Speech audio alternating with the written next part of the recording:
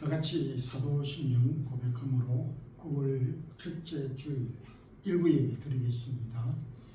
전능하사 천지를 만드신 하나님 아버지를 내가 믿사오며 그 외아들 우리 주 예수 그리스도를 믿사오니 이는 성령으로 잉태하사 동정녀 마리아에게 나시고 본디오 빌라도에게 고난을 받으사 십자가에 못 박혀 죽으시고 장사한 지 사흘 만에 죽은 자 가운데서 다시 살아나시며 하늘에 오르사 전능하신 하나님 우편에 앉아 계시다가 저리로서 산 자와 죽은 자를 심판하러 오시리라. 성령을 믿사오며 거룩한 공회와 순도가 서로 교통하는 것과 죄를 사하여 주시는 것과 몸이 다시 사는 것과 영원히 사는 것을 믿사옵나이다. 아멘. 찬양과 감사를 주께 돌립니다. 부도했던 지난 8월 또 보내고 새로운 계절 또 가을 9월의 첫째 주일 우리에게 주셔서 이날도 기억하여 주 앞에 나와 경배를 드립니다. 주님, 저희의 마음을 담아서 드리는 이 찬양을 경배 예배를 통해서 하나님께 온전히 영광 돌리게 하여 주옵소서. 그동안 흩어져 있는 주의 사랑하는 모든 성도들, 불타 또 고국 방문 중에 있었던 모든 성도들의 안전과 또 고국에서 가족, 부모, 형제들을 만나는 기쁨과 아름다운 교제를 나누고 또 주 안에서 기도의 제목들을 함께 공유할 수 있도록 기회를 주신 것 감사합니다. 앞으로 우리에게 주어지는 모든 시간과 기회들을 잘 사용하고 선용할 수 있는 지혜를 주옵소서. 특별히 2023년 이제 하반기를 맞이하였습니다. 남은 4개월 동안 특별히 저희 몸된 교회가 후임자를 선정하는 이 일에 전심전력하여 함께 기도하며 하나님께서 세우실 귀한 종을 보내시고 계속하여서 마드리드 사랑의 교회가 주님께서 허락한 이 복음의 사역을 계속 잘 증거하고 감당할 수 있도록 인도해 주옵소서. 오늘도 주님의 이름으로 예배하는 모든 성도들의 예배를 받아주시고 또 오늘부터 유년주일학교 어린 자녀들이 교육관에서 예배를 드리게 됩니다. 가르치는 교사들에게 지혜와 또 긍휼하심을 더하여 주시고 자라나는 이 세대들이 주의 말씀을 잘 배우고 청종하며 하나님께서 주어진 기회와 시간과 세계에 대하여 사명감을 가지고 일할 수 있는 우리의 자녀들이 되게 하옵소서. 오늘도 부족한 종이 이 단에 섰습니다. 하나님의 말씀을 잘 증거하게 하시고 말씀을 통해서 우리 모든 성도들이 새 힘과 또 은혜를 힘입을 수 있도록 성령께서 동행하여 주옵소서. 예수님 이름으로 기도드리옵나이다. 아멘.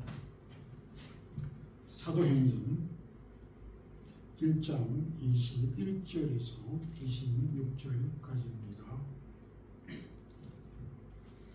이러함으로 요한의 세례로부터 우리 가운데서 올려져 가신 날까지 주 예수께서 우리 가운데 출입하실 때에 항상 우리와 함께 다니던 사람 중에 하나를 세워 우리와 더불어 예수께서 부활하심을 증언할 사람이 되게 하여야 하리라 하거늘 그들이 두 사람을 내세우니 하나는 바사바라고도 하고 별명은 유스도라고도 하는 요셉이요 하나는 마띠아라. 그들이 기도하여 이르되 무사람의 마음을 아시는 주여 이 두 사람 중에 누가 주님께 택하신 바 되어 봉사와 및 사도의 직무를 대신할 자인지를 보이시옵소서. 유다는 이 직무를 버리고 제 곳으로 갔나이다 하고 제비 뽑아 마띠아를 얻으니 그가 11사도 예수에 들어가니라. 아멘. 예수님께서 승천하신 이후에 11 제자들과 11 제자들을 비롯한 120여 명의 성도들이 함께 모였습니다. 이 모인 자리에서 베드로 사도는 그 이유에 대하여 오늘 이 본문에서 말씀을 언급하기를 주님께서 우리에게 막중한 사역을 맡겨섰는데 중단할 수가 없다. 가룟 유다는 제 길로 갔고 그리하여 대신 그 자리에 다른 사람을 세워야 한다라고 하는 모임의 목적을 분명하게 밝혔습니다. 오늘은 본문을 통해 주여 누가 직무를 대신할 자입니까? 주여 누가 직무를 대신할 자입니까? 라는 제목의 말씀으로 함께 은혜를 나누고자 합니다.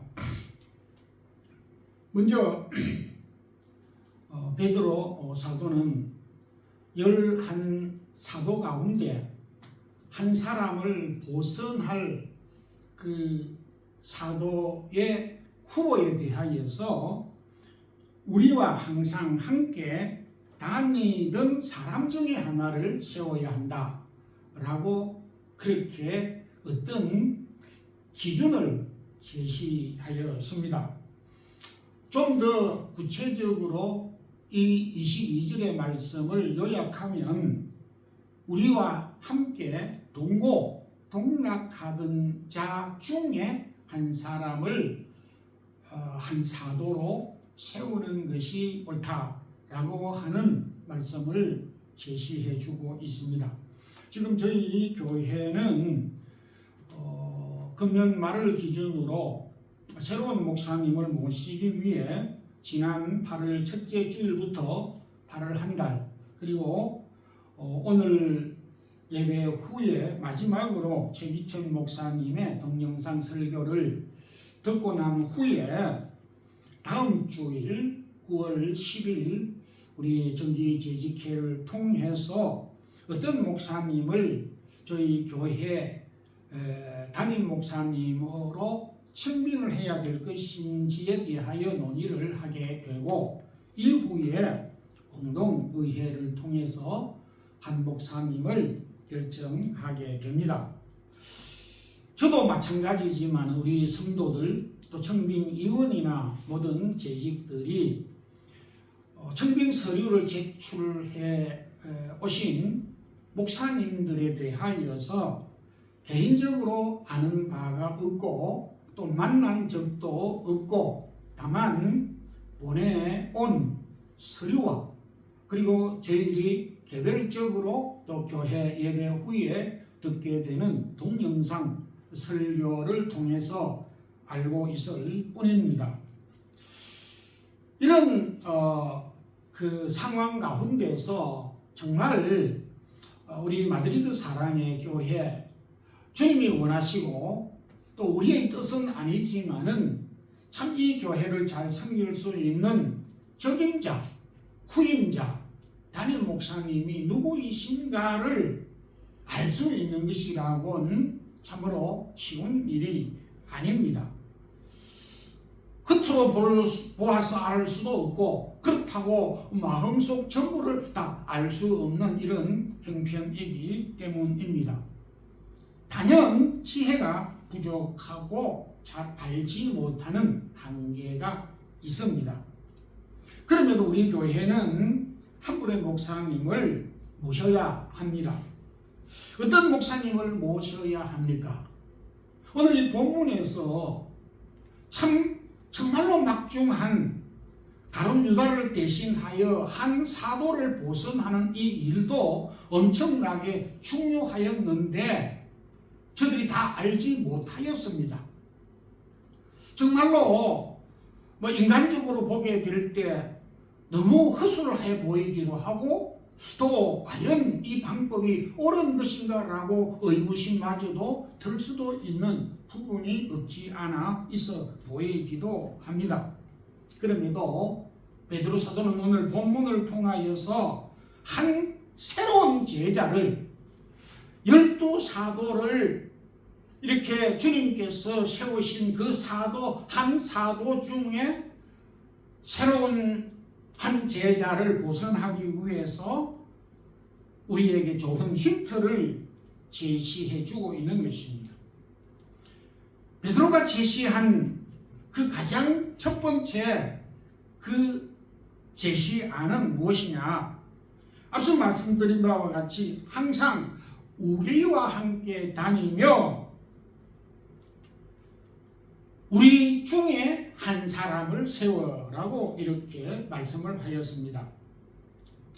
이 말씀을 우리가 한마디로 요약을 하면 우리가 하루아침에 만난 사람이 아니고 그야말로 믿음 안에서 교제를 충분히 나눈, 그리고 우리의 형편과 사정, 우리의 약점과 우리가 해야 하는 일들, 이 보편적인 공통분모에 대하여 공감하는 사람, 또 우리가 주님을 따르면서 부족한 점들도 있었지만은 정말 우리가 참 주님을 따르면서 많은 고생도 했고 또 서로 어려움도 나누기도 하였던 그런 형편들을 누구보다 잘 알고 있는 사람 중에 한 사람을 선출하여야 한다라고 말씀을 하였습니다. 간단하게 이해를 하기 쉽도록 말씀을 드리면 동고동락하는 한 사람을 세우는 것이 타당하다라고 이런 원리를 제시해 주었습니다. 왜 이런 제안을 했습니까? 제자들은 우리가 알다시피 3년 동안 주님을 따라다니면서 많이 다투기도 하고 누가 높은가 그렇게도 했지만은 그러면서 정이 들고 주님께서 가르쳐 주신 교훈을 받아서 주님 성천 이후에 또 10일 동안 함께 기도하면서 저들의 사명을 자각하면서 주님이 우리에게 맡겨주신 사명을 감당해야 된다는 그런 위치에 있었습니다. 그런데 놀라운 것은 우리와 항상 함께 다니던 사람 중에 한 사람을 세워야 하였는데 베드로는 이 사람을 무엇이라 하였느냐니까 15절 16절에서 형제들이다 이렇게 불렀습니다. 왜 베드로가 항상 우리와 함께 다니던 사람 중에 한 사람을 뽑아야 한다고 하면서 그 사람의 그 구체적인 그 형편과 그 사람을 형제들 가운데서 선출하여야 한다라고 했겠습니까? 이 이야기는 베드로는 이미 교회는 가족, 영적인 가족 공동체라고 하는 사실을 전제하고 있다는 말씀입니다.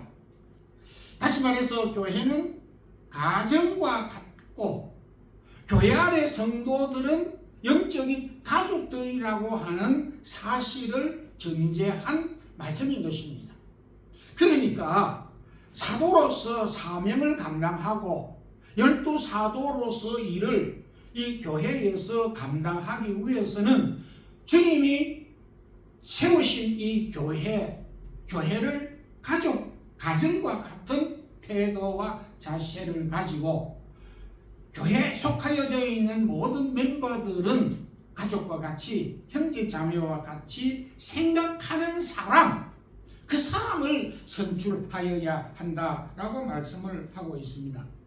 그런데 여기에서 베드로가 형제들이라고 하여서 우리가 자칫 잘못 생각하면 이 교회가 너무 혈연 중심주의적으로 이 공동체를 만들려고 또 그렇게 만들어야 된다라고 하는 것이 아닌가 이렇게도 생각할 수가 있지만은 그것은 우리가 너무 선입견적으로 생각하는 것입니다. 결코 베드로가 형제들이라고 지칭을 했던 이 용어는 어떤 혈연적인 인간관계, 육신적인 관계에서 어떤 가족 관계를 말하는 것이 아닌 영적인 공동체를 말하는 것입니다.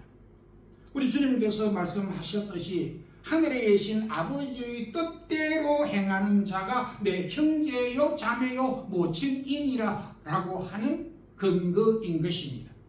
세워본 가족 관계를 말씀해 주셨는데 혈육 관계가 아닌 하나님의 말씀을 믿고 따르고 순종하는 자가 곧 형제요 자매요 모친이다 라고 하는 것입니다.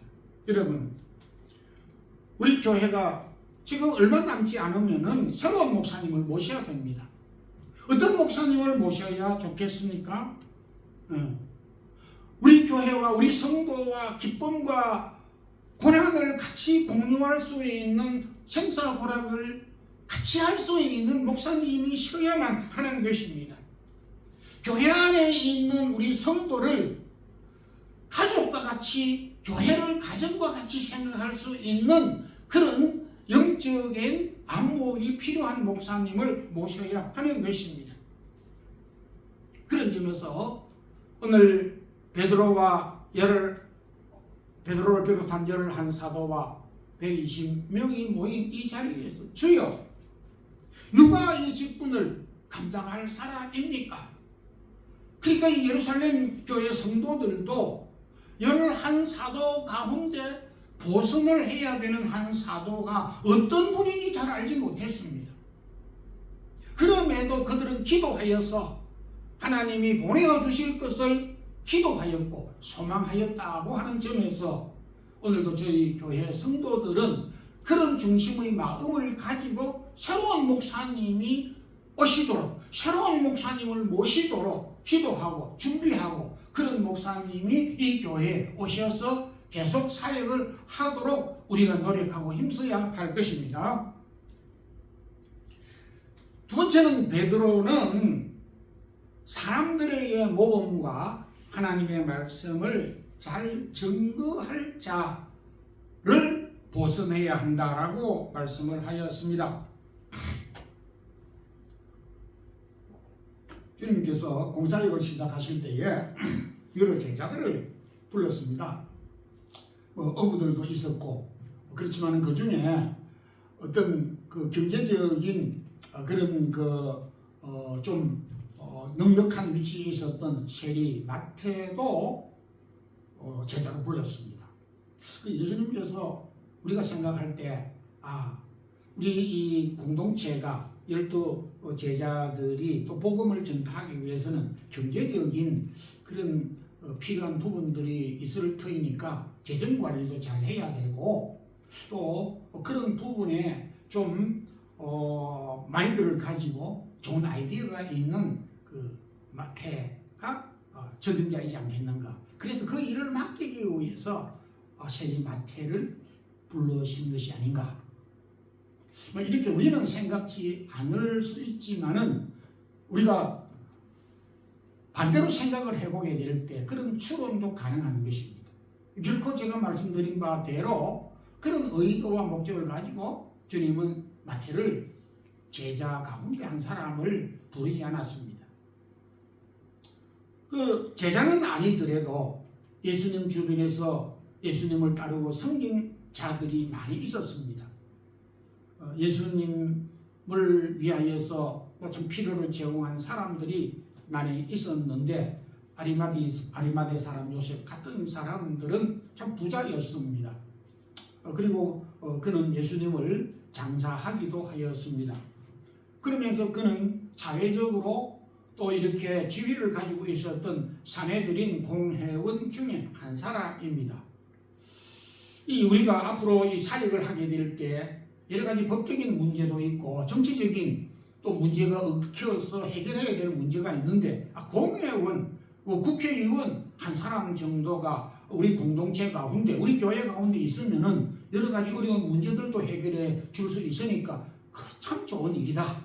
이렇게도 생각을 하고 그들을 유용하게 또 이렇게 등용하고 함께 더불어 일을 할 수도 있었을 것입니다. 그런데 주님은 그런 의도를 전혀 갖고 있지는 않았습니다.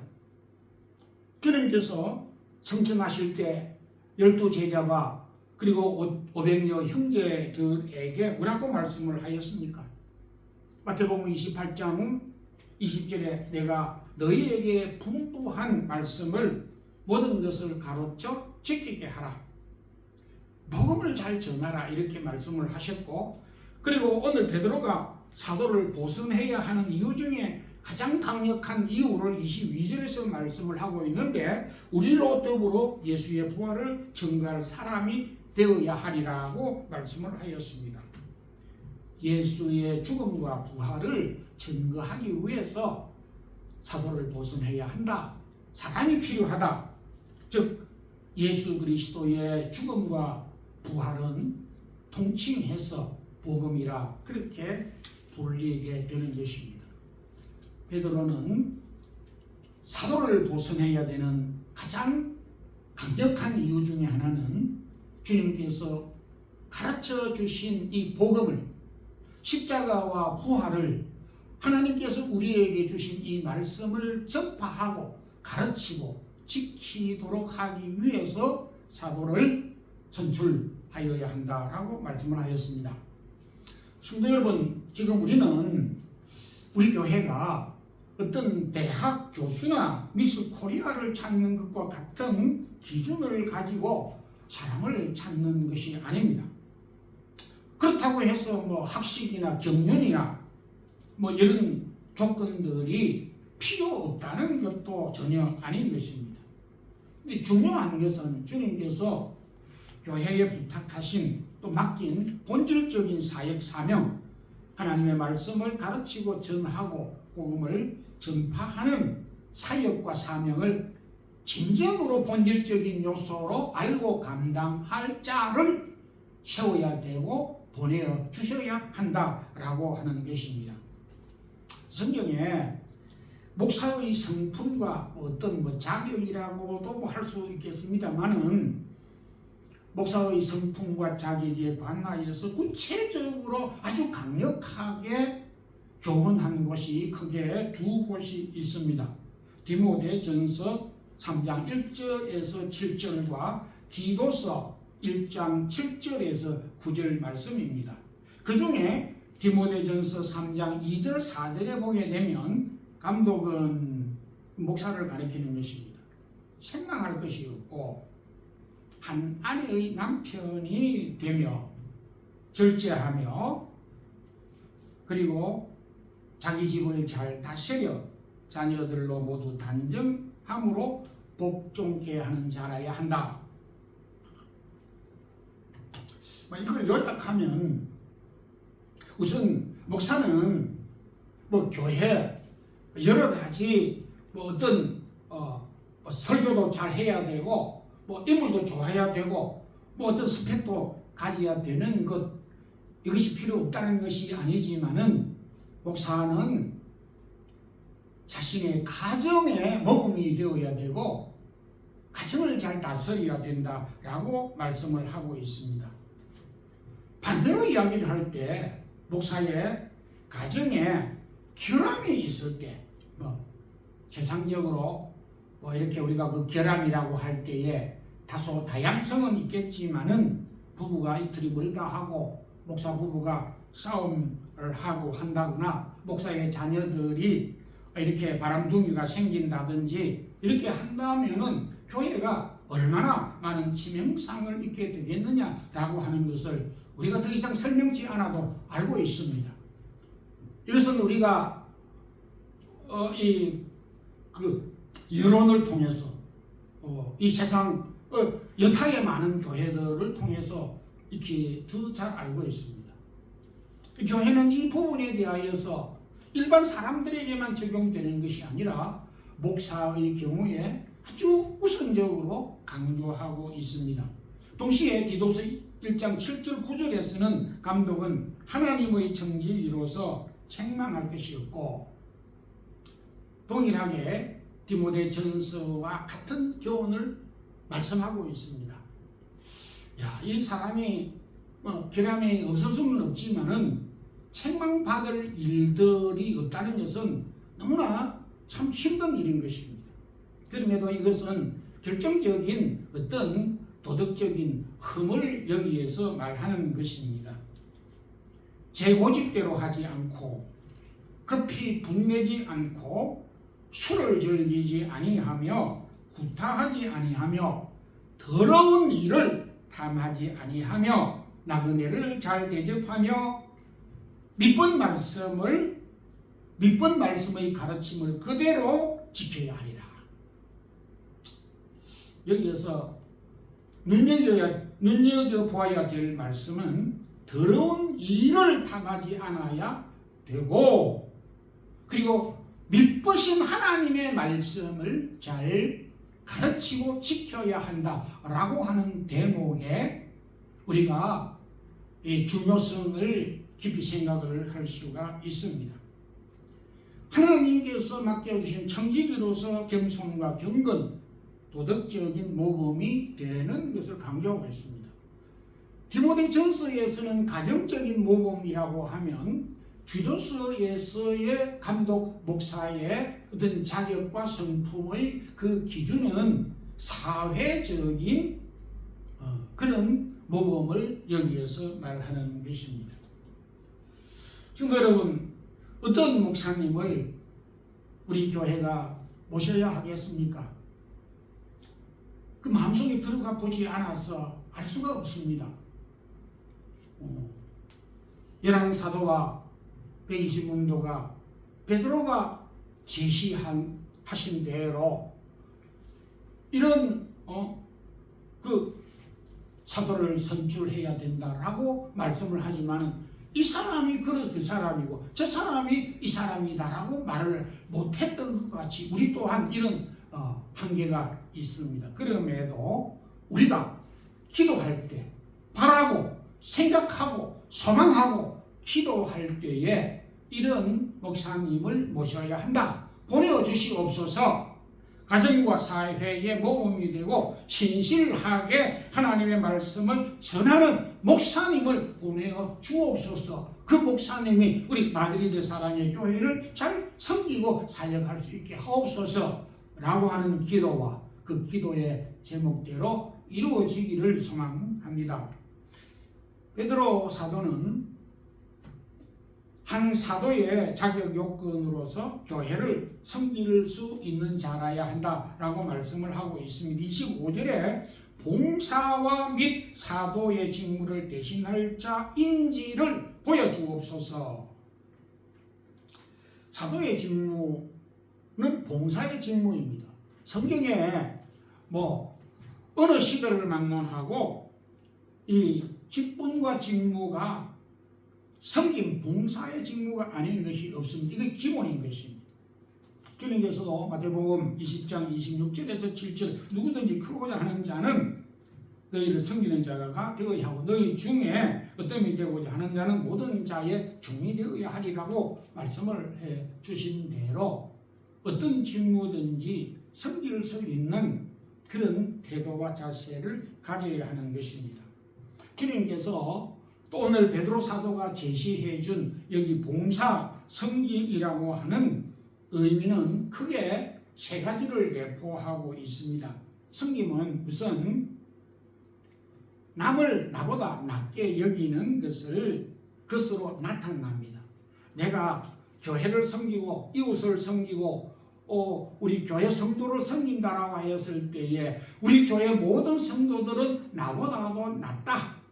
내가 가장 낮은 자리에 있고 내가 가장 미천한 자리에 있다. 모든 성도들이 내가 섬겨야 되는 대상자이다. 남을 나보다 낮게 존경하는 그런 태도가 바로 섬김과 봉사에서 나타나야 되는 것입니다. 우리 예수님께서도 주이시지만은 성만찬신과 제자들의 발을 씻기심을 통하여서 예수님 자신이 섬기기 위하여서 오셨고 또한 그 섬김을 위해서 십자가에 돌아가셨던 사실을 기억해 주셨습니다. 동시에 섬김은 다른 사람의 짐을 대신 지는 것으로 나타납니다. 우리가 다른 사람의 짐을 대신 져주지 않고는 섬길 수가 없습니다. 대신 짐을 진다라고 하는 것은 타인들의 어려움을 내가 함께 나눈다라고 하는 이런 의미를 가르치고 있습니다. 그리고 섬김은 반드시 희생으로 나타나게끔 되어져 있습니다. 베드로가 이 세 가지 어떤 기준, 어떤 원칙을 제시하고 난 다음에 요셉과 마띠아 두 사람을 청거하였습니다. 그러자 온 교회와 회중은 기도 후에 제비를 뽑아서 26절에 마띠아를 선출하게 되었습니다. 잠언 16장 33절에 사람이 제비를 뽑으나 이를 작정하시기는 여호와께 있느니라. 제비를 뽑는다라고 하는 것은 여호와께서 하셨다라고 하는 그런 의미를 담고 있습니다. 우리가 할 수 있는 것은 하였지만은 결정은 하나님이 하신다라고 하는 것입니다. 성도 여러분, 우리는 어떤 목사님을 우리 사랑의 교회에 모셔야 합니까? 동고동락할 수 있는 교회를 가족 그리고 성도를 가족, 가정과 같이 생각할 수 있는 그런 목사님이십니다. 하나님의 말씀을 전거하면서 가정과 사회의 모범이 되는 목사님이십니다. 그리고 섬길 수 있는 자입니다. 이러한 목사님을 우리가 어떻게 알고 다 물어볼 수도 없는데 어떻게 모실 수가 있겠습니까? 이것이 우리의 한계이지만은 오늘 베드로가 제시한 그리고 이 예루살렘 교회가 가지고 있는 태도, 무사람의 마음을 아시는 주여, 이 두 사람 중에 누가 주님께 택하신 자인지를 보여주옵소서 기도하였습니다. 그러니까 기도가 우리가 이런 간절한 마음을 가지고 기도하고 기도를 통하여서 하나님께서 우리의 기도를 응답해 주실 것을 확신하는 믿음을 가지고 우리가 목사님을 선출하고 또 오늘도 우리가 기도하면서 좋은 목사님, 이런 목사님을 모실 수 있도록 우리가 준비해야 하는 것입니다. 우리가 합심하여 우리 사랑의 교회를 섬길 수 있는 목사님을 보내주시도록 계속하여서 부단히 공사적으로 기도해 주시기를 바라고, 또 합심하여 기도할 때 우리 교회에 합당한 목사님을 보내주실 것을 확신하는 우리 성도들이 되기를 소망합니다. 기도드리겠습니다. 주님 감사합니다. 오늘도 5월 첫째 주일 우리에게 주셔서 이제 4개월 남은 기간 동안 저희 마드리드 사랑의 교회 후임자 담임 목사님 또 우리가 선출하게 되고 모시게 되는 일을 남겨놓고 있습니다. 오늘 주신 말씀처럼 동고동락하는 목사님, 주의 말씀을 잘 증거하고 본이 되는 목사님, 그리고 주의 나라를 섬길 수 있는 귀한 목사님을 보내주시고 이를 위해 저희가 기도하고 합당한 목사님을 모실 수 있는 은혜와 축복과 길을 열어주시고 주께서 주관하여 주옵소서. 주의 사랑하는 성도들이 몸과 마음과 귀한 예물을 드려 사오니 가정과 하는 일들과 기도의 제목들 위해 축복하여 주시옵소서. 주 예수 그리스도의 크신 은혜와 하나님 우리 아버지의 무한하신 사랑과 성령의 교통하심이 하나님께서 이 마드리드 사랑의 교회를 섬길 수 있는 자를 보내어 주실 것을 사모하며 기도하는 우리 모든 성도들과 이 교회 위에 지금부터 영원토록 함께 있을지어다. 아멘.